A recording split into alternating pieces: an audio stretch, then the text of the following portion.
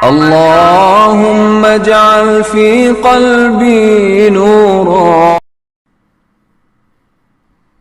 ستارہ جو ٹوٹ گیا.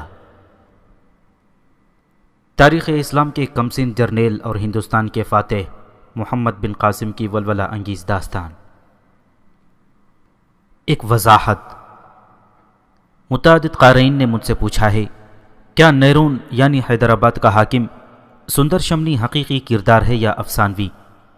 کیا مکران میں واقعی 500 عرب جلا وطنی کی زندگی گزار رہے تھے؟ اور کیا سردار محمد الافی کا نام تاریخ میں موجود ہے یا یہ آپ کی تخلیق ہے؟ سب سے بڑی منجنیق کے نشانے باز جونا سلمی کا حقیقت سے کہاں تک تعلق ہے؟ چند قارئین نے راجہ داہر کی بہن مائی رانی کو بھی افسانوی کردار سمجھا ہے، اور یہ بھی کہ میں نے راجہ داہر کو ذلیل و رسوا کرنے کے لیے لکھا ہے کہ اس نے اپنی اس سگی بہن کے ساتھ شادی کر لی تھی.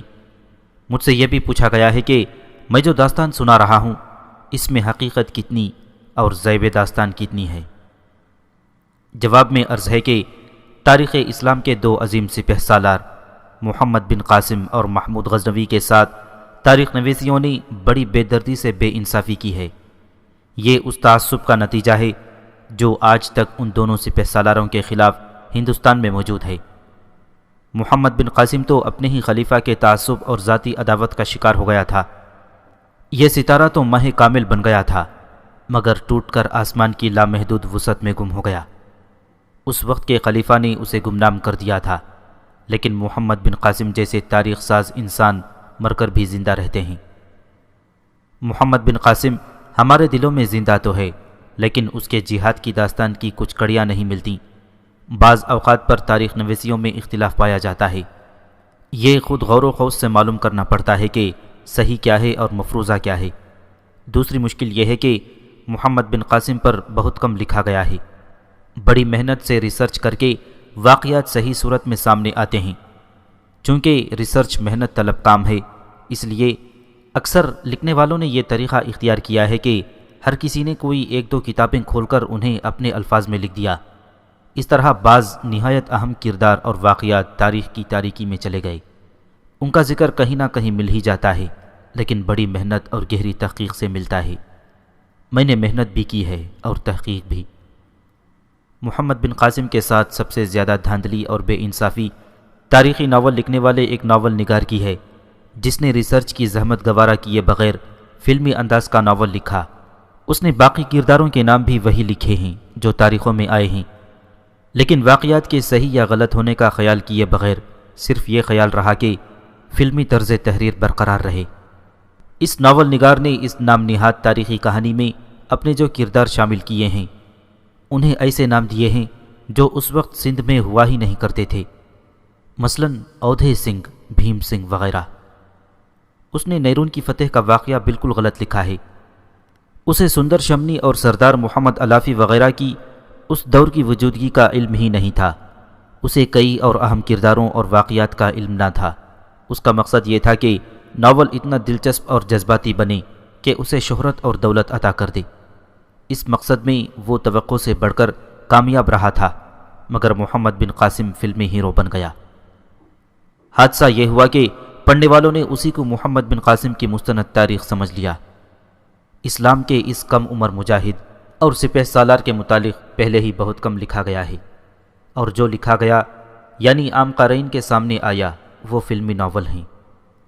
اس ناول نگار کی کامیابی دیکھتے ہوئے 2-3 اور اہل قلم اس منڈی پر آ گئے اور سب نے مل جل کر اپنی تاریخ کے چہرے پر اپنا اپنا بہروپ چڑھا دیا. اسی کا نتیجہ ہے کہ میں نے بڑی محنت سے ملکی اور غیر ملکی، مسلم اور غیر مسلم تاریخ کی تحریروں اور حوالوں سے ریسرچ کر کے جو کردار اور واقعات پیش کیے ہیں ان میں سے بعض کو قارئین افسانوی سمجھ رہے ہیں. میں اہم واقعات خصوصاً جنگی واقعات جو پیش کر رہا ہوں ان کے تمام کردار حقیقی ہیں. دیبل کے قلعے کی دیوار پر چڑھنے والے پہلے 4 مجاہدین کے نام جو میں نے لکھے ہیں وہ بھی حقیقی ہیں. منجنیق عروس کا نشانہ باز جونا سلمی بھی تاریخی طور پر حقیقی نام ہے. ہمارے مشہور تاریخی ناول نگار نے لکھا ہے کہ عروس محمد بن قاسم نے خود چلائی تھی اور ایک ہی پتھر پھینک کر مندر کا کلس اڑا دیا تھا. یہ غلط ہے. یہ بھی ذہن میں رکھیں کہ وہ 500 عرب جو مکران میں پناہ لیے ہوئے تھے، ان کا محمد بن قاسم کی فتوحات میں خفیہ ہاتھ تھا۔ تاریخ اسلام کے نوجوان سپہ سالار محمد بن قاسم کی داستان جہاد پیش کر رہا ہوں۔ محمد بن قاسم صبح کا وہ ستارہ تھا جو کچھ دیر کے لیے اتنا چمکا تھا کہ ساری دنیا کی نظریں اپنی طرف کھینچ لیتا اور دیکھتے ہی دیکھتے چڑھتے سورج کی نظر ہو جاتا ہے۔ تاریخ اسلام کا یہ کمسن مجاہد جس نے ہندوستان کو نور اسلام سے منور کیا تھا، اس چڑھتے سورج کی بھینٹ چڑھ گیا تھا جو اپنے مخالفین کو اور انہیں بھی جو ان کی آمیریت کے لیے خطرہ بن سکتے ہیں قتل کروا کے اور اپنے حامیوں کو انعام و اکرام سے نواز کر اپنی پوجا کرایا کرتے ہیں۔ یہیں سے اسلامی سلطنت میں چڑھتے ہوئے سورج کی پوجا شروع ہوئی اور اتنی وسیع و عریض سلطنت اسلامیہ زوال پذیر ہوئی۔ محمد بن قاسم کے جہاد کا علاقہ ہندوستان تھا۔ اس نے اس ملک کا خاصا علاقہ اسلامی سلطنت میں شامل کر لیا اور اس علاقے کے لوگوں نے بغیر کسی ترغیب، لالچ یا تشدد کے اسلام قبول کر لیا تھا۔ باقی ہندوستان میں ہندوؤں کی حکومت رہی۔ مغلیہ دور حکومت کے بعد پھر ہندو ابھرے اور انگریزوں کے حواری بن گئے۔ ہندوؤں نے تعلیم کی طرف توجہ دی اور اسکول، کالجوں، یونیورسٹیوں پر قابض ہو گئے۔ انہوں نے محمد بن قاسم اور محمود غزنوی کی تاریخ کو بری طرح متاثر کیا۔ اس کا نتیجہ یہ ہوا کہ محمد بن قاسم کی تاریخ کی کئی کڑیاں ملتی ہی نہیں۔ عنایت اللہ التمش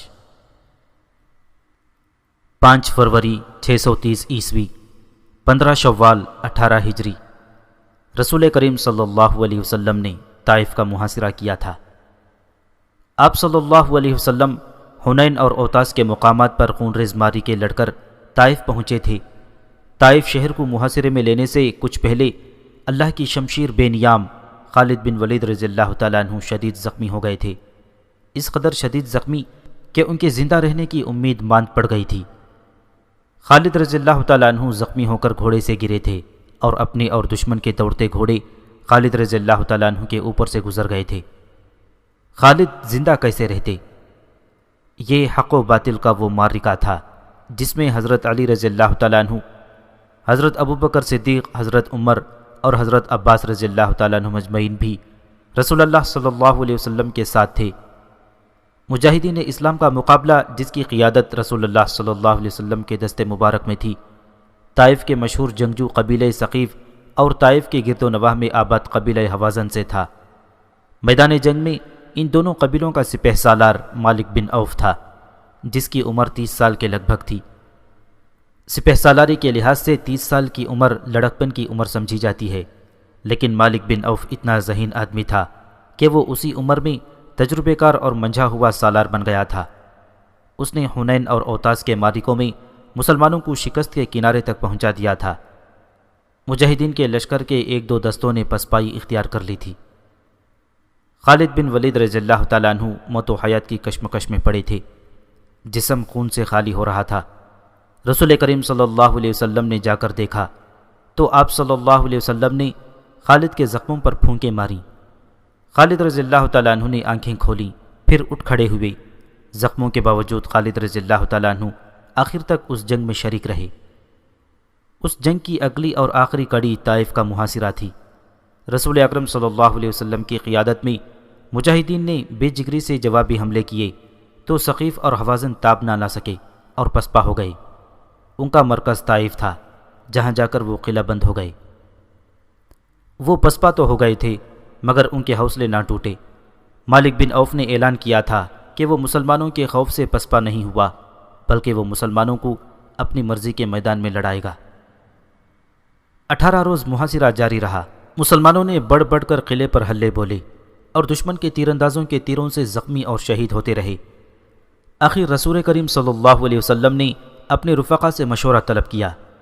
ابو بکر اور عمر رضی اللہ تعالیٰ عنہ نے مشورہ پیش کیا کہ محاصرہ اٹھا کر واپسی کا راستہ اختیار کیا جائے، مگر جوشیلے اور جذباتی مسلمانوں نے اس مشورے کے خلاف احتجاج کیا۔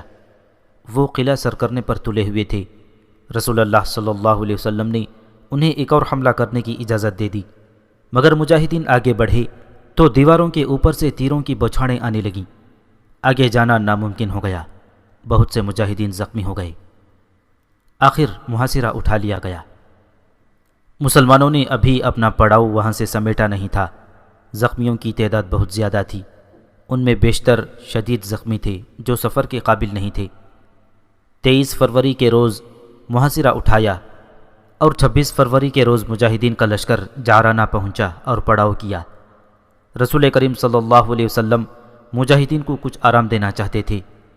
شدید زخمیوں کو مرہم پٹی اور مکمل آرام کی ضرورت تھی۔ مسلمان ناکام لوٹ رہے تھے۔ انہیں نہ صرف یہ کہ ناکامی ہوئی تھی بلکہ بہت سے مسلمان شہید ہو گئے۔ بہت سے ایسے زخمی ہوئے کہ عمر بھر کے لیے معذور ہو گئے، اور زخمیوں کی تعداد تو بے شمار تھی۔ طائف کا شہر روز اول کی طرح کھڑا تھا اور شہر پناہ مسلمانوں کا مذاق اڑا رہی تھی۔ پھر ایک معجزہ ہوا۔ مسلمان ابھی جعرانہ کے پڑاؤ میں ہی تھے کہ ان کے دشمن قبیلہ حوازن کے چند ایک سرکردہ آدمی مسلمانوں کے پڑاؤ میں آ گئے اور رسول اکرم صلی اللہ علیہ وسلم سے ملاقات کی استدعا کی۔ انہیں آپ صلی اللہ علیہ وسلم تک پہنچا دیا گیا، اور چند ایک مجاہدین ننگی تلواریں اور برچیاں لیے پاس کھڑے رہے کیونکہ ان آدمیوں کا کچھ اعتبار نہ تھا۔ غیر مسلم قبائل میں رسول کریم صلی اللہ علیہ وسلم کے قتل کے منصوبے بنتے ہی رہتے تھے۔ قبیلہ حوازن پر یہ افتاد پڑی کہ طائف کے محاصرے سے پہلے ایک لڑائی میں انہیں پسپا ہونا پڑا تھا، اور ان کا بہت سا مال، اسباب، عورتیں اور بچے مسلمانوں کے قبضے میں آ گئے تھے۔ اس وقت کے رواج کے مطابق یہ سب مال غنیمت تھا جو حوازن واپس نہیں لے سکتے تھے۔ رسول اللہ صلی اللہ علیہ وسلم نے اعلان فرمایا تھا کہ کوئی آدمی جنگ کے بعد اسلام قبول کر لے تو بھی اسے یہ حق دیا جائے گا کہ وہ اپنا مال واپس لے لے۔ اے محمد صلی اللہ علیہ وسلم، حوازن کے اس وفد کے ایک سرکردہ آدمی نے کہا، ہم نے اپنے پورے قبیلے کے ساتھ تجھے اللہ کا بھیجا ہوا رسول مان لیا ہے۔ ہمارا پورا قبیلہ تیرے مذہب میں داخل ہو چکا ہے۔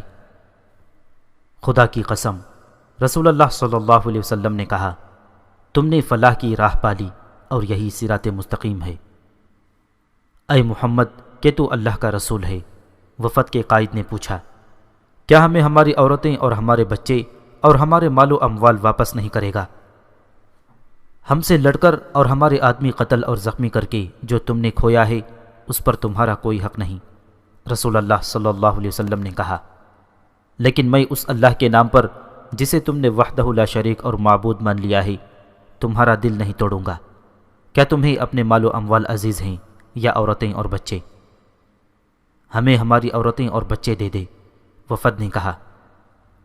رسول اللہ صلی اللہ علیہ وسلم نے فیاضی کا مظاہرہ کیا اور حکم دیا کہ قبیلہ حوازن کو ان کی عورتیں اور ان کے بچے واپس کر دیے جائیں۔ اہل حوازن کو توقع نہیں تھی کہ ان کی عورتیں اور بچے انہیں مل جائیں گے، اور پورے کا پورا قبیلہ حوازن مسلمان ہو گیا۔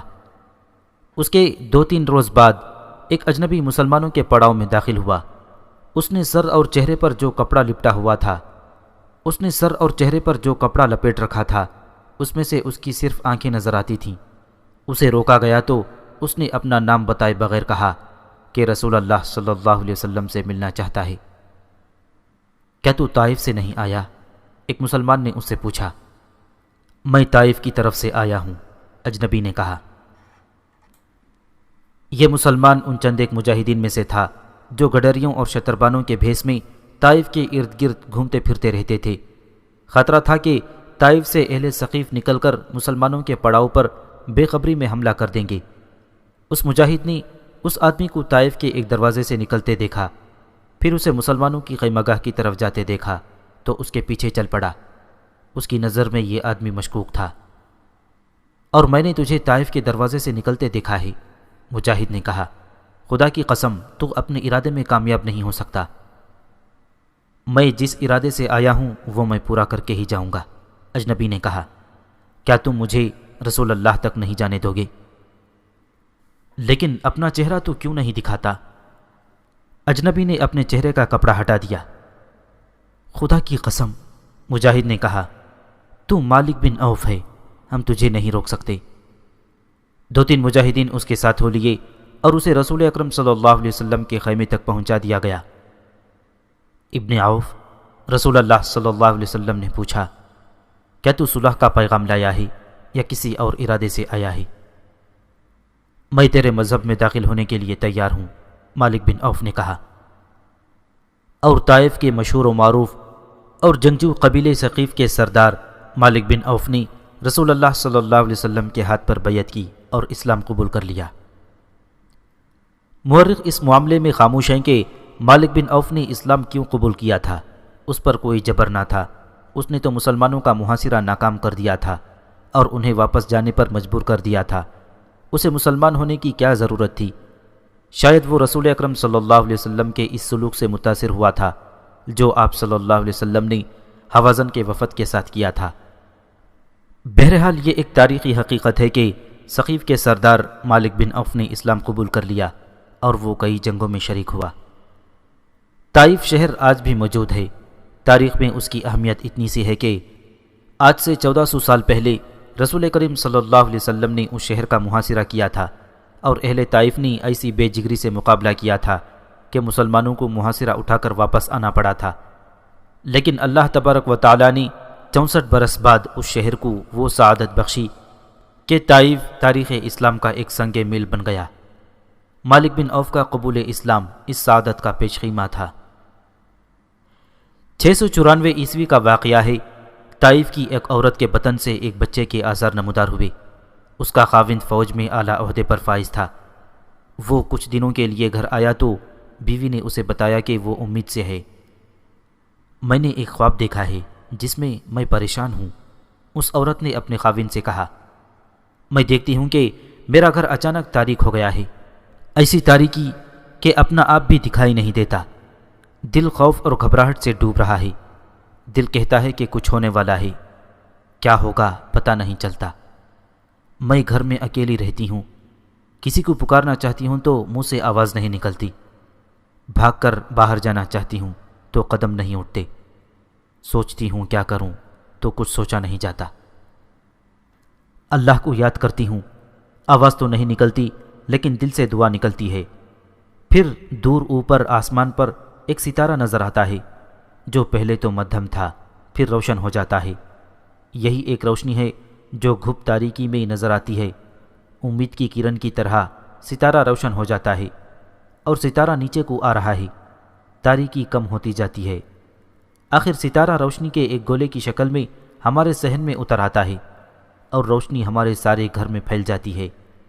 یہ روشنی زمین کی روشنی نہیں لگتی، آسمان کا نور لگتی ہے۔ دل سے خوف اتر جاتا ہے، روح کو سکون ملتا ہے اور میری آنکھ کھل جاتی ہے۔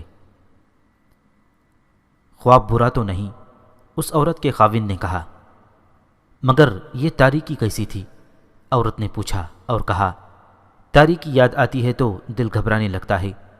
کیا تم کسی ایسے عالم یا کسی ایسے آدمی کو نہیں جانتے جو خوابوں کی تعبیر بتا سکتا ہے؟ لوح تقدیر کا لکھا کوئی مٹا تو نہیں سکتا، خاوند نے کہا۔ تعبیر اچھی نہ ہوئی تو اسے ٹال سکے گی؟ شاید اچھی ہی ہو، بیوی نے کہا، پوچھ تو لو۔ بیوی نے ایسی ضد کی کہ خاوند طائف کے ایک بزرگ اسحاق بن موسیٰ کے پاس چلا گیا اور اپنی بیوی کا خواب بیان کیا۔ اسحاق بن موسیٰ علم نجوم اور خوابوں کی تعبیر کے علم کا عالم تھا۔ اس نے خواب سنا اور اپنے خیالوں میں کھو گیا۔ اس نے اس آدمی کا دایاں ہاتھ اپنے ہاتھ میں پھیلایا اور اس کی لکیر غور سے دیکھنے لگا۔ وہ افسردہ سا ہو گیا اور اس نے اس آدمی کا ہاتھ چھوڑ دیا۔ بولو ابن موسیٰ، ہونے والے بچے کے باپ نے کہا، تعبیر بری ہے تو بھی بتا دے۔ تعبیر بری نہیں، اسحاق بن موسیٰ نے کہا، تیرے بیوی کے بطن سے ایک لڑکا پیدا ہوگا، وہ روشن ستارے کی مانند ہوگا جسے ساری دنیا دیکھے گی۔ وہ اللہ کے نور کو دور دور تک پھیلائے گا، صدیوں بعد آنے والی نسلیں بھی اسے یاد کیا کریں گی اور تجھے لوگ اس کے نام سے پہچانیں گے۔ اس کے حکم سے کمانوں سے نکلے ہوئے تیر بہت دور پہنچیں گے۔ اسحاق بن موسیٰ چپ ہو گیا۔ وہ کچھ دیر چپ رہا۔ وہ اس طرح بولتے بولتے چپ ہو گیا جیسے کوئی بات اس نے اپنے دل میں رکھ لی ہو۔ خدا کی قسم ابن اسحاق، ہونے والے بچے کے باپ نے کہا، تیری خاموشی بے معنی نہیں، میں بری خبر سننے کے لیے بھی تیار ہوں، مجھے وسوسوں میں نہ رکھ، تیرے علم نے جو دیکھا ہے وہ بتا دے۔ پھر سن لے، اسحاق بن موسیٰ نے کہا، ستارہ جو تیرے گھر میں آ رہا ہے وہ ان ستاروں میں سے ہے جو جلدی ٹوٹ جاتے ہیں اور آسمان کی وسعتوں میں گم ہو جاتے ہیں، مگر اس کا جسم گم ہوگا، اس کا نام زندہ رہے گا اور اس کے ٹوٹ جانے سے تیرے گھر میں تاریکی نہیں ہوگی۔ وہ نہیں ہوگا تو بھی لوگ کہیں گے کہ وہ ہے۔ میں اس کی پرورش ایسی کروں گا کہ وہ اسلام کے آسمان کا روشن ستارہ بنے۔ بچے کے باپ نے کہا۔ یہ بھی سن لے، اسحاق بن موسیٰ نے کہا، اس کی پرورش تو نہیں کرے گا، اس کی ماں کرے گی۔ میں کیوں نہیں کروں گا؟ خواب دیکھنے والی عورت کے خاوند نے پوچھا۔ میں کہاں چلا جاؤں گا؟ میں جو بتا سکتا تھا بتا دیا ہے، اسحاق بن موسیٰ نے کہا۔ یہ آدمی تعبیر سن کر اٹھ آیا اور اپنی بیوی کو تعبیر بتائی۔ بیوی خوش تو بہت ہوئی، لیکن اس خیال سے مغموم ہوئی کہ جس بیٹے کو وہ جنم دے گی اس بیٹے کی عمر تھوڑی ہے۔ بچے کی پیدائش میں کچھ دن باقی تھے کہ باپ کو جنگ پر بھیج دیا گیا اور وہ دشمن کے ہاتھوں مارا گیا۔ اسحاق بن موسیٰ کی یہ پیشن گوئی پوری ہو گئی کہ بچے کی پرورش باپ نہیں کرے گا، ماں کرے گی۔ بعد میں اسحاق بن موسیٰ نے کہا تھا کہ خواب میں گھر میں جو تاریکی دیکھی گئی تھی، اس کا مطلب یہ تھا کہ موت اس گھر کو تاریک کرے گی، پھر آسمان سے ایک ستارہ اتر کر اس گھر کو روشن کرے گا۔ باپ کی وفات طائف سے دور ہوئی۔ اس کے چند روز بعد بچہ پیدا ہوا۔ وہ لڑکا تھا۔ بچے تو خوبصورت ہی ہوا کرتے ہیں، یہ بچہ بھی خوبصورت تھا، لیکن اس کی چوڑی پیشانی اور آنکھوں کو جس نے بھی دیکھا اس نے کہا کہ یہ عام بچوں جیسا بچہ نہیں۔ اس باپ کا نام جو اپنے بچے کی پیدائش سے پہلے ہی فوت ہو گیا تھا قاسم بن یوسف تھا۔ بچے کا نام محمد رکھا گیا، جو محمد بن قاسم کہلایا اور جو تاریخ اسلام کا ایک روشن ستارہ بنا۔ قاسم بن یوسف اور حجاج بن یوسف دو بھائی تھے۔ اس وقت خلیفہ عبد الملک بن مروان تھا۔ دونوں بھائی بڑے جرأت مند اور فن حرب و ضرب کے ماہر تھے۔ فوج میں دونوں اعلیٰ عہدوں پر فائز تھے۔ یہ اس دور کا ذکر ہے جب مسلمان آپس میں پھٹ چکے تھے، بھائی بھائی کا دشمن ہو چکا تھا، یہاں تک کہ خلافت شام اور مصر تک محدود تھی۔ عبداللہ بن زبیر رضی اللہ تعالیٰ عنہ نے عراق اور حجاز میں اپنی خود مختار حکومت قائم کر لی تھی اور اس نے اموی خلافت کی بیعت کرنے سے انکار کر دیا تھا۔ عبداللہ بن زبیر خلیفہ اول حضرت ابوبکر صدیق رضی اللہ تعالیٰ عنہ کا نامور نواسہ تھا۔ اس نے یزید بن امیر معاویہ رضی اللہ تعالیٰ عنہ کی بیعت سے بھی انکار کیا تھا اور حجاز اور عراق میں مسلمانوں کو جمع کر کے متوازی حکومت کر لی تھی۔ یزید کے بیٹے معاویہ بن یزید نے جب خلافت سے دستبرداری کا اعلان کیا تو بنو امیہ کی باقاعدہ خلافت کا آغاز ہوا اور اس کے ساتھ ہی خانوادہ رسول صلی اللہ علیہ وسلم اور خصوصاً بنی فاطمہ رضی اللہ تعالیٰ عنہ پر ظلم و ستم کے ایک دور کا آغاز ہوا۔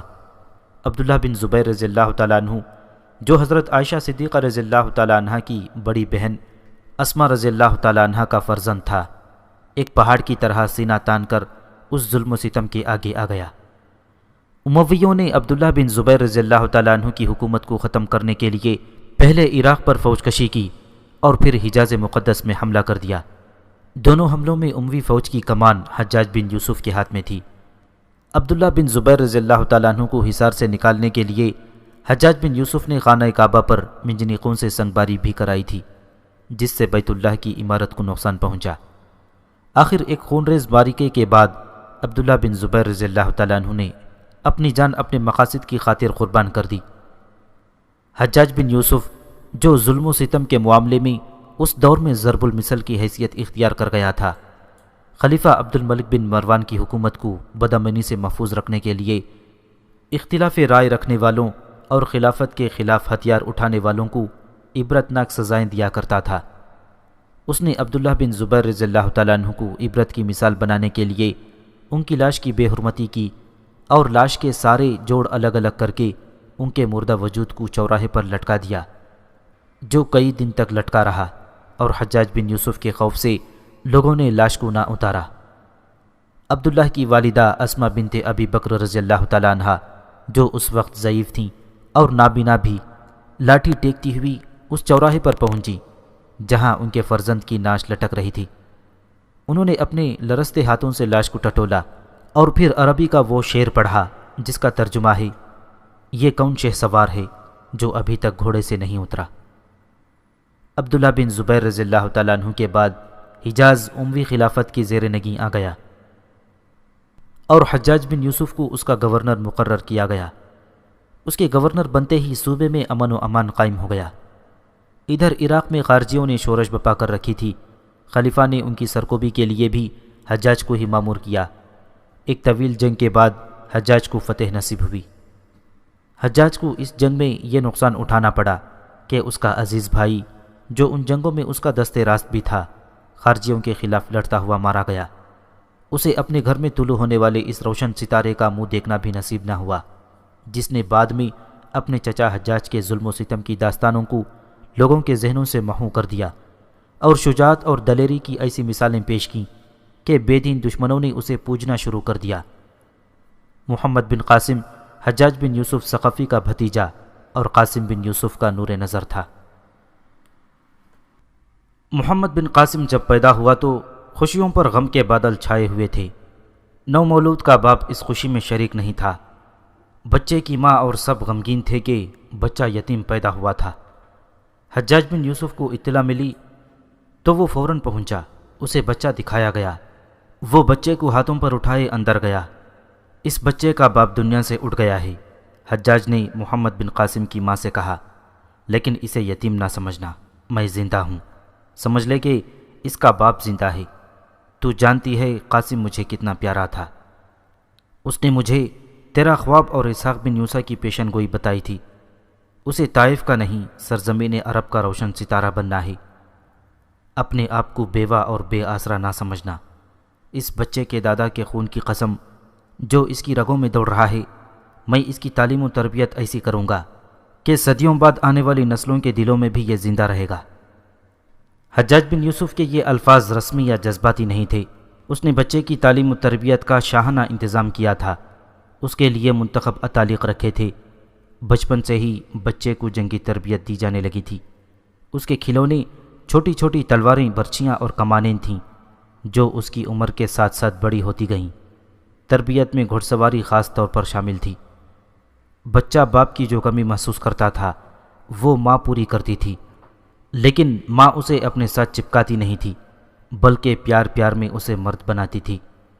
حجاج بن یوسف نے محمد بن قاسم کی ماں سے کہہ رکھا تھا کہ اپنے بھائی کے بچے کو معمولی سپاہی نہیں بننا بلکہ سالار بنائے گا، اور سالار بھی ایسا جو صرف فوج کی کمان نہیں کرے گا بلکہ حکومت کرے گا۔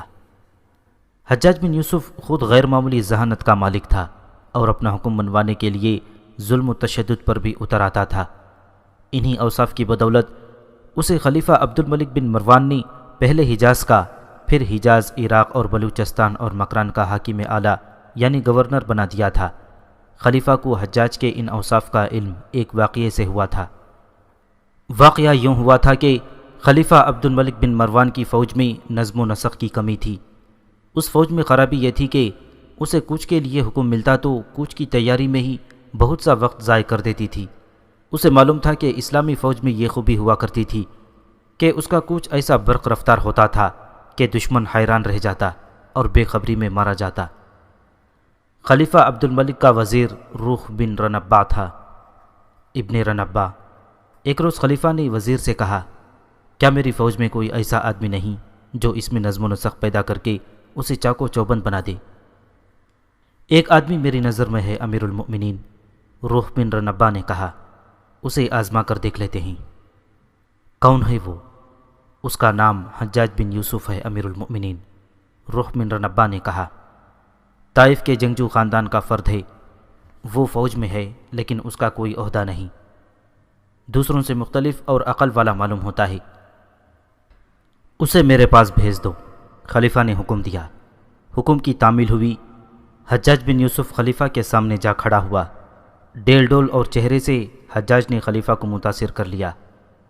ابن یوسف، خلیفہ نے حجاج سے کہا، اگر میرے ایک حکم کی تعمیل کرا سکو تو بہت بڑا عہدہ دوں گا۔ حکم امیر المؤمنین، حجاج بن یوسف نے کہا۔ فوج اس طرح تیار رہے کہ میں گھوڑے پر سوار ہو کر کسی طرف کوچ کے لیے نکلوں تو فوج گھوڑوں پر سوار ہو کر میرے پیچھے چل پڑی۔ خلیفہ نے کہا، مجھے انتظار نہ کرنا پڑے، ہم کوچ سے تھوڑی دیر پہلے تمہیں بتائیں گے۔ اسی روز یا اس سے اگلے روز خلیفہ نے اچانک حجاج کو بلا کر حکم دے دیا کہ اس کی سواری تھوڑی دیر میں نکل رہی ہے اور فلاں فلاں دستہ گھوڑوں پر سوار ہو کر اس کے ساتھ جائے گا۔ وزیر روح بن رنبا بھی اپنے محافظ دستے کے ساتھ میرے ساتھ آئے گا، خلیفہ نے کہا۔ یہ غالباً حجاج کا امتحان تھا۔ فوج خیموں میں تھی۔ حجاج بن یوسف مطلوبہ دستوں کے خیموں میں گیا اور اعلان کیا کہ امیر المؤمنین کی سواری نکل رہی ہے اور دستے جنگی تیاری میں گھوڑوں پر سوار ہو جائیں۔ حجاج نے دیکھا کہ وزیر اپنے خیمے میں موجود ہی نہیں، 2-3 کمانڈر بھی اپنے خیموں میں نہیں تھے۔ سپاہی گپ شپ لگا رہے تھے، بعض کھانا پکا رہے تھے۔ انہوں نے جیسے اعلان سنا ہی نہ ہو۔ حجاج چلاتا پھر رہا تھا۔ او حجاج، ایک سپاہی نے اس کا مذاق اڑاتے ہوئے کہا، کیوں گلا پھاڑ رہے ہو؟ ادھر آؤ، کھانا کھا لو۔ حجاج نے کہیں سے ایک ہنٹر لے لیا اور کھانے پر مدعو کرنے والے سپاہی کو ہنٹر مارنے شروع کر دیے۔ پھر اس نے جس سپاہی کو بیٹھے دیکھا اسے 2-3 ہنٹر مارے۔ وہ کہتا جاتا تھا، میں امیر المؤمنین کا حکم سنا رہا ہوں۔ اس نے پھر بھی سپاہیوں میں سستی دیکھی تو اس نے 2-3 خیموں کو آگ لگا دی۔ ان میں ایک خیمہ وزیر کا تھا۔ کسی نے وزیر کو جہاں کہیں وہ تھا جا کر بتایا کہ اس کا خیمہ جل رہا ہے۔ مطلوبہ دستے بر وقت تیار ہو کر گھوڑوں پر سوار ہو گئے۔ خلیفہ کی سواری نکلی تو سوار دستے اس کی قیادت میں چلنے کو تیار تھے۔ وہ بہت خوش ہوا، مگر وزیر روح بن رنبا خلیفہ کے آگے جا کھڑا ہوا۔ امیر المؤمنین، وزیر نے خلیفہ سے شکایت کی، حجاج بن یوسف نے میرا خیمہ اور 2 اور خیمے جلا دیے ہیں اور اس نے 3-4 سپاہیوں کو کوڑے مارے ہیں۔ اس کا کوئی عہدہ نہیں، اور مجھے یقین ہے کہ امیر المؤمنین نے اسے ایسا کوئی حکم نہیں دیا ہوگا۔ خلیفہ نے حجاج کو بلایا۔ کیا یہ صحیح ہے کہ تو نے خیموں کو آگ لگائی ہے؟ خلیفہ نے پوچھا۔ امیر المؤمنین، حجاج نے جواب دیا، مجھ غلام کو ایسی جرت نہیں ہو سکتی کہ خیموں کو آگ لگا دوں۔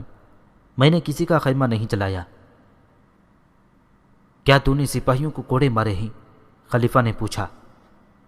نہیں امیر المؤمنین، حجاج نے جواب دیا، میں نے کسی کو کوڑے نہیں مارے۔ خلیفہ کو جلے ہوئے خیمے دکھائے گئے، پھر انہیں ان سپاہیوں کی پیٹھیں ننگی کر کے دکھائی گئیں جنہیں حجاج نے کوڑے مارے تھے۔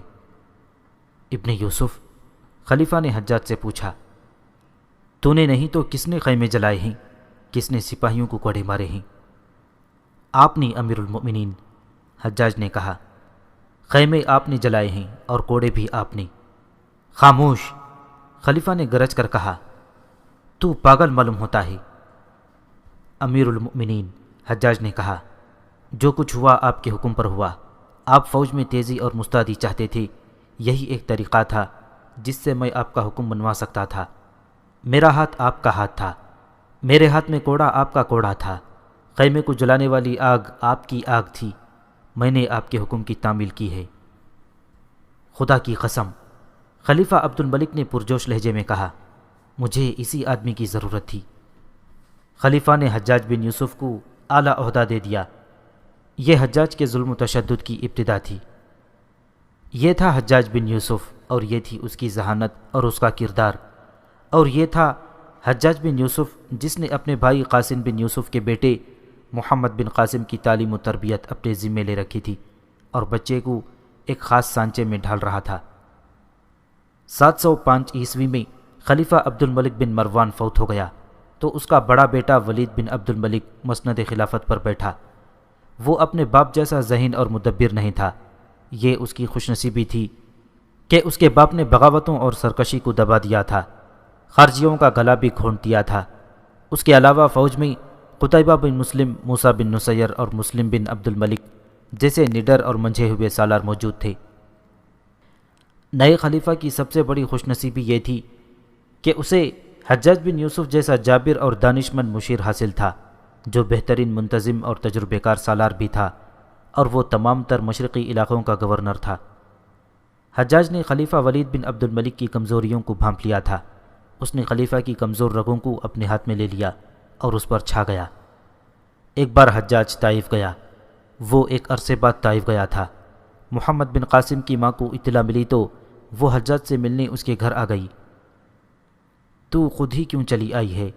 حجاج نے اپنے مرحوم بھائی کی بیوہ کو دیکھ کر کہا، کیا تو یہ سمجھتی تھی کہ میں تیرے گھر نہیں آؤں گا اور تجھ سے نہیں کہوں گا کہ میرے بھائی کی امانت مجھے دکھا؟ کہاں ہے محمد؟ میں نے اسے دیکھنے خود آنا تھا۔ اللہ میرے بھائی کو اپنی رحمت میں رکھے۔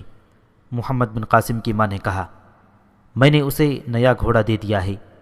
پہلے وہ بھلے مانس سے گھوڑوں کی سواری کرتا رہا ہے، اب جو گھوڑا اسے لے دیا ہے کوئی شہ سوار ہی اس پر سواری کر سکتا ہے۔ محمد جوان ہو گیا ہے، اسے اب جنگی گھوڑے کی سواری کرنی چاہیے۔ وہ گھوڑا لے کر نکل گیا ہے، اللہ کرے گھوڑا اس کے قابو میں رہے، بڑا زبردست گھوڑا ہے۔ اللہ کرے وہ گرے، حجاج نے کہا، اسے گر کر اٹھنے کی تربیت ملنی چاہیے۔ شہ سوار گھوڑے کی پیٹھ پر نہیں، گھوڑے کے قدموں تلے آ کر بنا کرتے ہیں۔ اور سن میری بہن، وہ گر کر واپس آیا تو اسے سینے سے نہ لگا لینا، اس کا خون بہہ رہا ہو تو اپنی اوڑھنی پھاڑ کر اس کے زخموں پر نہ باندھ دینا، اس پر ممتا کا خمار طاری نہ کر دینا۔ اسے اپنا خون دیکھنے دینا اور اسے بتانا کہ یہ خون کس کا ہے۔ میں تیرے گھر آ رہا ہوں۔ کچھ دیر کے بعد حجاج بن یوسف ادھر جا رہا تھا۔ محمد بن قاسم کی ماں کو اطلاع ملی تو وہ اس کے استقبال کے لیے باہر آ گئی۔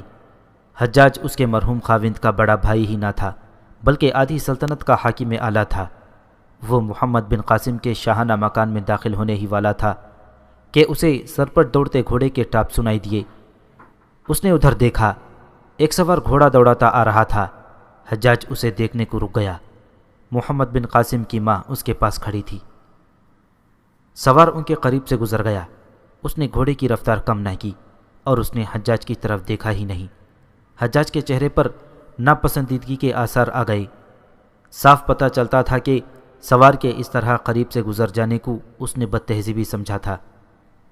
وہ قبیلہ ثقیف کا سرکردہ فرد تھا، طائف کے لوگ اس کی بہت عزت کرتے تھے۔ معلوم ہوتا ہے میرے قبیلے کے بیٹے مجھے بھول گئے ہیں، حجاج نے محمد بن قاسم کی ماں سے کہا۔ یہ لڑکا مجھے معروف کرنے کے لیے میرے پاس سے گزر گیا ہے، تم جانتی ہو کہ یہ کس کا بیٹا ہے؟ اپنا ہی بیٹا ہے، محمد بن قاسم کی ماں نے کہا۔ یہ محمد ہے۔ نہیں، حجاج نے حیرت سے کہا، ہمارا بیٹا اتنا بڑا نہیں ہو سکتا، محمد کو تو میں چھوٹا سا چھوڑ کر گیا تھا۔ کچھ دور جا کر محمد بن قاسم نے گھوڑا موڑا اور واپس اسی رفتار سے آیا۔ گھوڑا اتنا تیز تھا کہ اس نے اب پھر آگے نکل جانا تھا، لیکن حجاج اور اپنی ماں کے قریب آ کر محمد بن قاسم نے گھوڑا روک لیا۔ وہ گھوڑے سے کودا اور حجاج کی طرف دوڑا۔ حجاج نے اسے گلے سے لگا لیا۔ گھوڑا اچھا ہے، حجاج بن یوسف نے کہا، اور سوار اس سے زیادہ اچھا ہے۔ میں نے آپ کو دکھانے کے لیے پہلے گھوڑا نہیں روکا تھا، محمد بن قاسم نے کہا۔ خدا کی قسم، حجاج نے کہا، میں نے تمہیں پہچانا ہی نہیں تھا۔ وہ اندر چلے گئے۔ اب تیرا بیٹا جوان ہو گیا ہے، حجاج نے محمد بن قاسم کی ماں سے کہا، اسے میں اپنے ساتھ لے جا رہا ہوں۔ محمد بن قاسم کی ماں کی آنکھوں میں آنسو تیرنے لگے۔ محمد بن قاسم کی عمر ابھی 16 سال نہیں ہوئی تھی۔ ماں کی نظروں میں وہ ابھی بچہ تھا، لیکن ذہن اور جسم کے لحاظ سے وہ جوان ہو گیا تھا۔ عزیز بہن، حجاج نے کہا، تجھے یہ امانت قوم کے حوالے کرنی ہی پڑے گی۔ محمد تیرا نہیں، اسلام کا بیٹا ہے، اسے اپنے باپ کی جگہ لینی ہے، اسے اور زیادہ اوپر اٹھنا ہے، اسے عالم اسلام کا چمکتا ہوا ستارہ بننا ہے۔ میں بھی ایسے ہی خواب دیکھ رہی ہوں، ماں نے کہا۔ میں نے اپنے آپ کو اس روز کے لیے تیار کر رکھا ہے جس روز میرا لخت جگر مجھ سے ہمیشہ کے لیے جدا ہو جائے گا۔ میں اسے اپنے ساتھ بصرہ لے جاؤں گا، حجاج نے کہا۔ اس کی عسکری تربیت اور دوسری تعلیم مکمل ہو چکی ہے، اسے اب عملی زندگی میں ڈالنا ہے اور اسے عمرہ کی محفلوں میں لے جانا ہے اور اسے جنگی مشقوں میں شامل کرنا ہے۔ حجاج کا صدر مقام بصرہ تھا، اس کا مکان ایک محل تھا اور یہ بادشاہوں کے محلات جیسا تھا۔ حجاج کی ایک ہی بیٹی تھی جس کا نام لبنہ تھا۔ حجاج جب طائف گیا تو لبنہ بصرہ میں ہی رہی۔ وہ کمسن تھی۔ رات کو اس کے کمرے کی ایک بند کھڑکی پر باہر سے ہلکی سی دستک ہوئی۔ لبنہ اس دستک کے انتظار میں تھی۔ وہ سو گئی تھی، لیکن اس ہلکی سی دستک پر بھی اس کی آنکھ کھل گئی۔ اس نے کھڑکی کھولی اور باہر کو جھکی۔ اس نے کھڑکی میں سے نکلنے کے لیے پاؤں کھڑکی میں رکھے۔ باہر سے 2 مردانہ ہاتھ آگے بڑھے۔ لبنہ نے اپنے حسین جسم کا بوجھ ان ہاتھوں میں ڈال دیا اور ان ہاتھوں نے اسے اٹھا کر باہر کھڑا کر دیا۔ پھر ان ہاتھوں نے اسے سمیٹ کر بازوؤں میں جکڑ لیا۔ یہاں سے لے چلو، لبنہ نے کہا، دروازہ اندر سے بند ہے، کھڑکی بند کر دو سلیمان۔ سلیمان نے کھڑکی کے کواڑ بند کر دیے اور دونوں محل کے باغ میں چلے گئے۔ سلیمان اس وقت کے خلیفہ ولید بن عبد الملک کا چھوٹا بھائی تھا۔ اس کی عمر 16-17 سال تھی۔ لبنہ کی عمر بھی اتنی ہی تھی۔ دونوں ایک ہی مدرسے میں پڑھتے رہے تھے۔ بچپن میں ہی لبنہ سلیمان کے دل میں گھر کر گئی تھی۔ جوانی میں داخل ہوئے تو ان کی ملاقاتوں پر پابندی عائد ہو گئی۔ دونوں شاہی خاندان کے تھے، انہیں ایسا کوئی ڈر نہ تھا کہ وہ بدنام ہو جائیں گے۔ روایات ایسی تھیں جو انہیں کھلے بندوں ملنے سے روکتی تھیں، اور ایک وجہ یہ تھی کہ لبنہ اپنے باپ حجاج سے ڈرتی تھی۔ وہ طبیعت کا بہت سخت تھا۔ ہم اس طرح کب تک ملتے رہیں گے قمر؟ سلیمان نے لبنہ سے کہا۔ وہ لبنہ کو پیار سے قمر کہا کرتا تھا۔ میں بھائی سے کہہ دوں گا کہ ہماری شادی کرا دے۔ تمہارے بھائی تو شاید مان لیں گے، لبنہ نے کہا۔ میں یہ نہیں بتا سکتی کہ میرے ابا مانیں گے یا نہیں۔ کیا وہ امیر المؤمنین کے بھائی کو اپنی بیٹی دینے سے انکار کر دیں گے؟ سلیمان نے پوچھا۔ کیا تم انہیں جانتے نہیں؟ لبنہ نے کہا۔ وہ اپنے فیصلے خود کیا کرتے ہیں۔ انہوں نے خلیفہ کا رعب کبھی قبول نہیں کیا۔ اگر انہوں نے تمہارے لیے کوئی اور آدمی منتخب کر لیا ہے تو کیا کرو گی؟ ان کے حکم کی تعمیل کروں گی، لبنہ نے کہا۔ کیا تمہیں افسوس نہیں ہوگا کہ تم امیر المؤمنین کے بھائی کی بیوی نہ بن سکیں؟ سلیمان نے کہا۔ تم جو فخر میری بیوی بن کر کر سکو گی وہ کسی اور سے تمہیں حاصل نہیں ہوگا۔ سلیمان، لبنہ نے کہا، ہم بچپن میں ایک دوسرے کو چاہتے تھے۔ اس وقت تم امیر المؤمنین کے بیٹے تھے، لیکن میں نے تمہیں اس لیے نہیں چاہا تھا کہ تم شہزادے ہو۔ تم میرے دل کو اچھے لگے تھے۔ اگر تم گڈریے کے بیٹے ہوتے تو بھی میں تمہیں شہزادہ سمجھتی۔ اس وقت تم نے بھی یہی سوچا ہوگا کہ میں کس کی بیٹی ہوں۔ یہ تو میں آج بھی نہیں سوچ رہا کہ تم حاکم اعلیٰ کی بیٹی ہو، سلیمان نے کہا۔ لیکن تم یہ ضرور سوچ رہے ہو کہ تم امیر المؤمنین کے بھائی ہو، لبنہ نے کہا، اور تمہاری اس حیثیت کی وجہ سے مجھے تم پر فخر کرنا چاہیے۔ یہ سن لو سلیمان، میں اس آدمی پر فخر کروں گی جس کے دل میں میری محبت ہوگی، اور جو یہ نہیں دیکھے گا کہ اس کے باپ کا رتبہ کیا ہے اور میں کس باپ کی بیٹی ہوں۔ آج تم کیسی باتیں کر رہی ہو قمر؟ سلیمان نے اسے اپنے بازو میں سمیٹ کر کہا۔ اتنی پیاری رات۔ میں تم سے بھاگ نہیں رہی سلیمان، لبنہ نے کہا۔ اگر مجھے تم سے محبت نہ ہو تو اس طرح رات کو باہر نہ آ جایا کروں جس طرح آتی ہوں۔ کمرے کا دروازہ اندر سے بند ہے اور میں کھڑکی سے باہر آتی ہوں۔ میں تمہیں یہ بتانا چاہتی ہوں کہ میں اب بچی نہیں رہی، اور سلیمان، میں شاید بیان نہیں کر سکتی کہ میں کیا محسوس کر رہی ہوں۔ مجھے بیوی بننا ہے، اور تم جانتے ہو ہماری روایات کیا ہیں۔ ہماری روایات یہ ہیں کہ محبت ہو تو ہم شادی کر لیتے ہیں، سلیمان نے کہا، اور جو خلیفہ ہوتا ہے وہ ایک سے زیادہ بیویاں۔ میں ان روایات کی بات نہیں کر رہی، لبنہ نے کہا۔ میں اسلام کی عسکری روایات کی بات کر رہی ہوں۔ میں ان مجاہدین کی روایات کی بات کر رہی ہوں جنہوں نے فارس اور روم جیسی جنگی قوتوں کو ریزہ ریزہ کر کے سلطنت اسلامیہ کو کہاں سے کہاں تک پہنچا دیا تھا۔ اب دیکھ لو، ہم آپس میں پھٹ گئے ہیں۔ کہیں بغاوت ہوتی ہے تو کہیں یورش ہوتی ہے، اور اس کا نتیجہ یہ ہوا کہ رومیوں کی تلوار ہمارے سروں پر لٹک رہی ہے۔ کیا تم نہیں جانتے کہ ہم نے رومیوں کے ساتھ دوستی کا جو معاہدہ کیا ہے وہ کتنی کثیر رقم دے کر کیا ہے؟ ہم نے نقد قیمت ادا کر کے اپنے دشمن سے امن خریدا ہے۔ ہم نے دراصل یہ معاہدہ کر کے دشمن پر یہ ثابت کیا ہے کہ ہم اتنے کمزور ہو گئے ہیں کہ اپنی زمین کے اور اپنے دین کی دفاع کے قابل نہیں ہیں۔ اوہ میری قمر، سلیمان نے بے تاب ہو کر کہا، تم اس رومان پرور رات کا اور میرے ارمان کا خون کر رہی ہو۔ تم جو اس چاندنی سے زیادہ حسین ہو، ایسی روکھی پھیکی اور بے مزہ باتیں کر کے اپنے حسن اور میری محبت پر کالی گھٹا کے سائے ڈال رہی ہو۔ تم کیا سمجھتے ہو کہ جو باتیں تم نے کہی ہیں وہ مجھے معلوم نہیں؟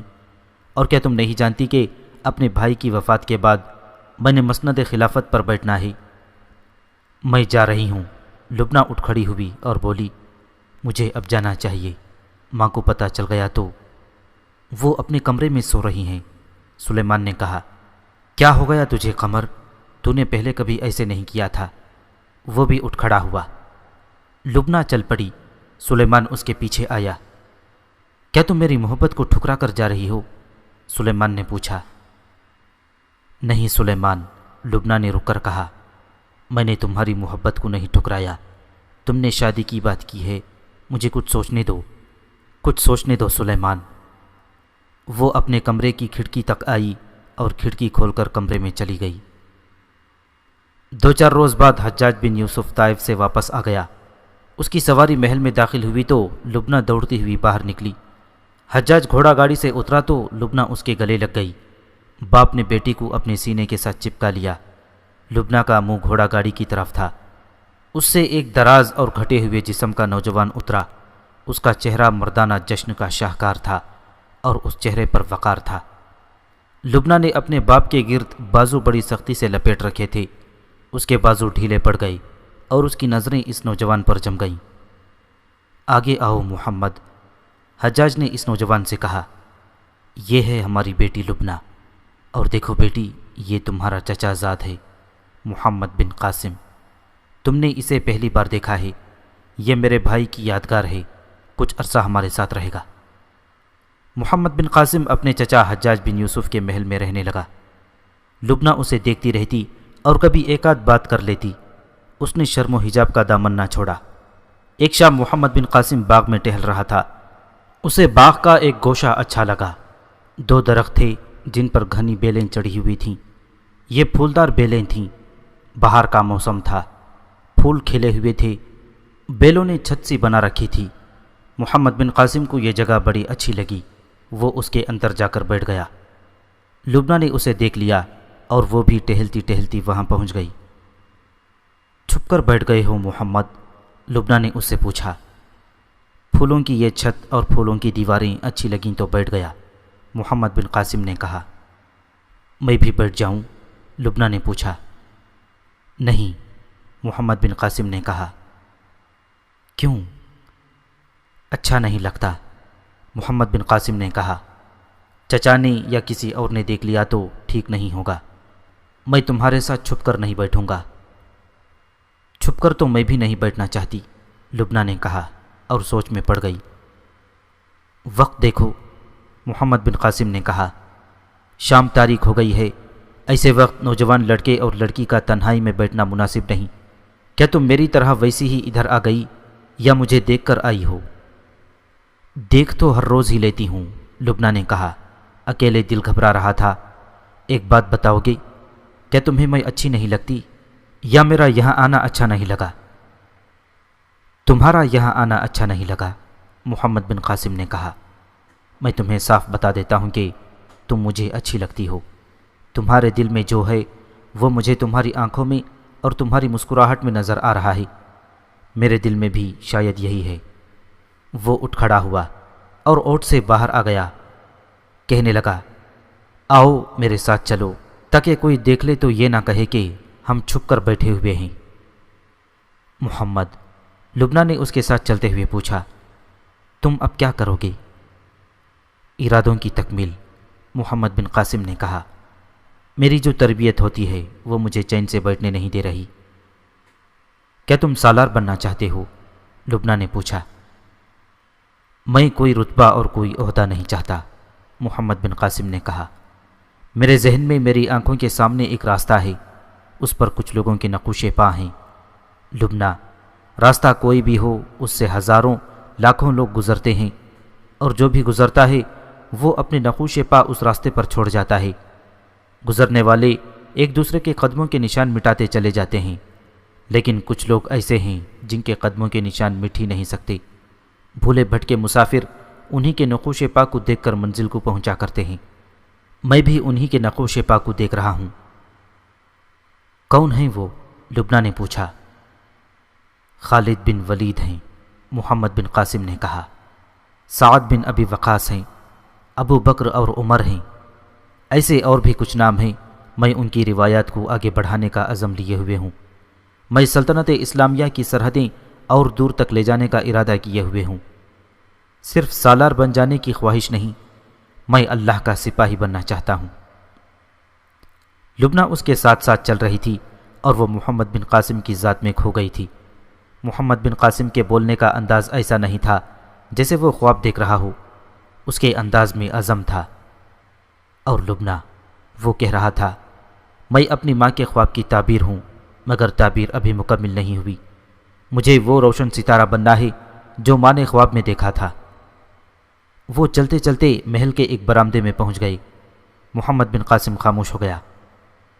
جاؤ لبنہ، محمد بن قاسم نے کہا، میں اکیلا اندر جاؤں گا۔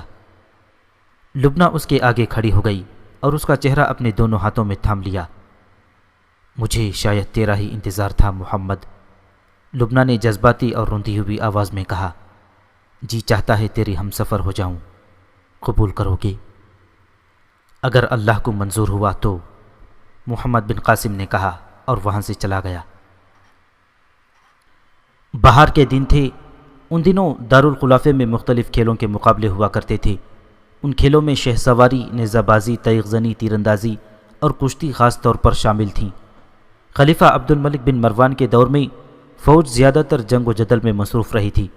جیسا کہ پہلے بتایا جا چکا ہے، عبد الملک نے باغیوں کا خاتمہ کر دیا تھا، اس لیے اس کے بیٹے ولید بن عبد الملک کے دور میں امن و امان تھا۔ فوج فارغ تھی، اس لیے اس خلیفہ نے فوج میں یہ سرگرمی پیدا کر دی تھی کہ ہر سال دارالخلافہ میں جنگی نوعیت کے کھیلوں کے مقابلے ہوتے تھے۔ یہ مقابلے اس قدر سخت ہوتے تھے کہ ان میں کوئی مر بھی جاتا تو مارنے والے سے باس پوس نہیں ہوتی تھی۔ ایک روز خلیفہ کا قاصد بصرہ میں حجاج بن یوسف کے لیے پیغام لایا کہ حجاج سالانہ کھیلوں میں شرکت کے لیے فوراً آئے۔ کھیلوں کے علاوہ سلطنت کے کچھ بحث طلب امور بھی تھے۔ حجاج بن یوسف خلیفہ کے اس بلاوے پر بہت خوش ہوا۔ خوشی کی وجہ یہ تھی کہ وہ اپنے بھتیجے محمد بن قاسم کو خلیفہ سے متعارف کرانا چاہتا تھا۔ یہ تو وہ کسی بھی وقت کرا سکتا تھا، لیکن سالانہ کھیلوں کے مقابلے کا موقع اچھا تھا۔ وہ محمد بن قاسم کو میدان میں اتار کر خلیفہ کو اور فوج کے سالاروں کو دکھا سکتا تھا کہ اس کا بھتیجا اسی عمر میں اپنے آپ میں کیسے کیسے جوہر پیدا کر چکا ہے۔ محمد، اس نے محمد بن قاسم سے کہا، میں نہیں جانتا کہ تیغ زنی، شہ سواری اور بغیر ہتھیار لڑائی میں تمہیں کتنی کچھ مہارت حاصل ہے۔ یہ موقع اچھا ہے، میں تمہیں اس مقابلے میں شامل کروں تو مجھے شرمسار تو نہیں ہونا پڑے گا۔ ہار جیت اللہ کے اختیار میں ہے چچا جان، محمد بن قاسم نے کہا۔ میں بٹر نہیں ہانکوں گا، میدان میں ضرور اتروں گا۔ چلنے کی تیاری کرو، حجاج نے کہا۔ میں بھی چلوں گی، لبنہ نے کہا۔ آپ مجھے کبھی بھی مقابلہ دکھانے نہیں لے گئے۔ حجاج بن یوسف اکلوتی بیٹی کو مایوس نہیں کر سکتا تھا، اسے بھی اس نے ساتھ لے لیا۔ حجاج بن یوسف محمد بن قاسم اور لبنہ کے ساتھ دارالخلافہ پہنچا۔ اس نے محمد بن قاسم کو خلیفہ کے سامنے پیش کیا اور بتایا کہ یہ کون ہے۔ خدا کی قسم ابن قاسم، خلیفہ نے کہا، تیرے باپ کو ہمارا خاندان کبھی نہیں بھول سکتا۔ اس نے ہماری خلافت کی آبرو پر جان کی قربانی دی تھی۔ وہ بہادر تھا، وفادار تھا۔ ہم امید رکھیں گے کہ تو اپنے باپ کے نقش قدم پر چلے گا۔ ابن یوسف، خلیفہ نے حجاج سے کہا، اپنے بھتیجے کو کسی کے مقابلے میں اتارو گے؟ اسی لیے تو اسے ساتھ لایا ہوں امیر المؤمنین، حجاج نے کہا۔ میں بھی دیکھنا چاہتا ہوں کہ یہ کسی قابل ہوا ہے یا نہیں۔ اگر ہوا تو ہم اسے اس کے باپ کی جگہ دیں گے، خلیفہ نے کہا۔ حجاج بن یوسف حاکم اعلیٰ تھا، اس کا عہدہ اور اس کے اختیارات آج کے گورنروں سے زیادہ تھے۔ اس عہدے کے مطابق خلیفہ نے اسے اپنے محل میں ٹھہرایا۔ محمد بن قاسم کو بھی محل میں ہی جگہ دی گئی اور لبنہ کو بیگمات میں بھیج دیا گیا۔ اسی محل میں خلیفہ کا چھوٹا بھائی سلیمان بن عبد الملک رہتا تھا۔ لبنہ کو دیکھ کر وہ بہت خوش ہوا۔ اس نے اپنی خادمہ سے کہا کہ لبنہ کو بلا لائے۔ خادمہ نے آ کر بتایا کہ لبنہ حجاج بن یوسف کے بھتیجے کے کمرے میں ہے۔ وہ جہاں کہیں ہے اسے لے آؤ، سلیمان نے کہا۔ اسے کہو سلیمان تمہیں یاد کر رہا ہے۔ خادمہ چلی گئی اور جواب لائی کہ وہ ابھی نہیں آئے گی۔ کہاں تھی وہ؟ سلیمان نے پوچھا۔ کیا کر رہی تھی؟ حاکم اعلیٰ کے بھتیجے کے پاس بیٹھی ہے، خادمہ نے جواب دیا۔ اس کے ساتھ ہنس ہنس کر باتیں کر رہی ہے۔ حجاج کے بھتیجے نے بھی کچھ کہا ہوگا، سلیمان نے کہا۔ اس نے مجھے کہا تھا کہ پھر اس کمرے میں نہ آنا۔ خادمہ نے کہا۔ سلیمان غصے سے لال پیلا ہونے لگا۔ اسی شام کا واقعہ ہے۔ لبنہ محل کے باغ کے ایک گوشے میں چلی گئی۔ وہاں رنگا رنگ پھول تھے۔ وہ باغ کا بہت ہی خوبصورت حصہ تھا۔ لبنہ کو اچھا لگا تھا، اس لیے وہاں چلی گئی تھی۔ اسے وہاں ٹہلتے ہوئے ابھی تھوڑا سا وقت ہی گزرا تھا کہ پیچھے سے کسی نے آ کر دونوں ہاتھ اس کے آنکھوں پر رکھ دیے۔ ہاتھ مردانہ تھے۔ لبنہ نے ہنستے ہوئے ان ہاتھوں پر ہاتھ پھیلا لیے۔ چلو پہچان لیا، لبنہ نے کہا۔ محمد۔ اس کی آنکھوں سے دونوں ہاتھ نیچے کو سرک گئے، پھر یہ ہاتھ پیچھے ہٹ گئے۔ لبنہ نے گھوم کر دیکھا۔ اوہ سلیمان، لبنہ نے کہا، مجھے امید تھی تم آؤ گے۔ تمہیں امید تھی کہ ابن قاسم آئے گا، سلیمان نے طنزیہ لہجے میں کہا۔ تمہارے منہ سے اسی کا نام نکلا ہے۔ کیا اس کا نام لینا گناہ ہے؟ لبنہ نے کہا۔ لیکن کسی کو دھوکے میں رکھنا گناہ کبیرہ ہے، سلیمان نے کہا۔ مجھے دھوکے میں نہ رکھو لبنہ، تمہیں میرے اور ابن قاسم کے درمیان فیصلہ کرنا ہوگا۔ فیصلہ سوچ سمجھ کر کرنا۔ میں نے خلیفہ بننا ہے اور ابن قاسم میرا ملازم ہوگا۔ میں اسے سالار سے سپاہی بنا سکتا ہوں، اسے بھکاری بنا سکتا ہوں۔ کیا دیکھا ہے تم نے اس میں جو مجھ میں نہیں ہے؟ اس کی محبت میں دھونس نہیں، لبنہ نے کہا۔ میں اسے اس وقت بھی چاہوں گی جب وہ سالار ہوگا، اور جب وہ سپاہی ہوگا تو میں اسے پہلے سے زیادہ چاہوں گی، اور جب تم اسے بھکاری بنا دو گے تو میں اسے کسی کے آگے ہاتھ پھیلانے نہیں دوں گی۔ میری محبت عہدوں اور رتبوں کی پابند نہیں۔ لبنہ وہاں سے چل پڑی۔ سلیمان اس کے پیچھے لپکا اور اس کا بازو پکڑ لیا۔ اب وہ محبت کی بھیک مانگنے لگا۔ لبنہ کو بچپن کی محبت یاد دلانے لگا۔ لبنہ وہاں رکنا نہیں چاہتی تھی اور سلیمان اسے جانے نہیں دے رہا تھا۔ لپک لپک کر اسے پکڑتا تھا۔ سلیمان، ایک بھاری بھرکم آواز سنائی دی۔ سلیمان اور لبنہ نے ادھر دیکھا۔ پھولوں کے پیچھے حجاج بن یوسف کھڑا تھا۔ اچھا ہوا کہ میں نے خود دیکھا ہے، حجاج نے کہا، اور میں نے اپنے کانوں سنا ہے جو تم نے کہا اور جو میری بیٹی نے کہا۔ میرے عزیز، جوانی اندھی ہوتی ہے۔ میں تمہیں کچھ نہیں کہوں گا، صرف یہ کہوں گا کہ میں اپنی بیٹی کا ہاتھ تمہارے ہاتھ میں نہیں دے سکتا۔ یہ فیصلہ میرا ہوگا، میری بیٹی کا نہیں۔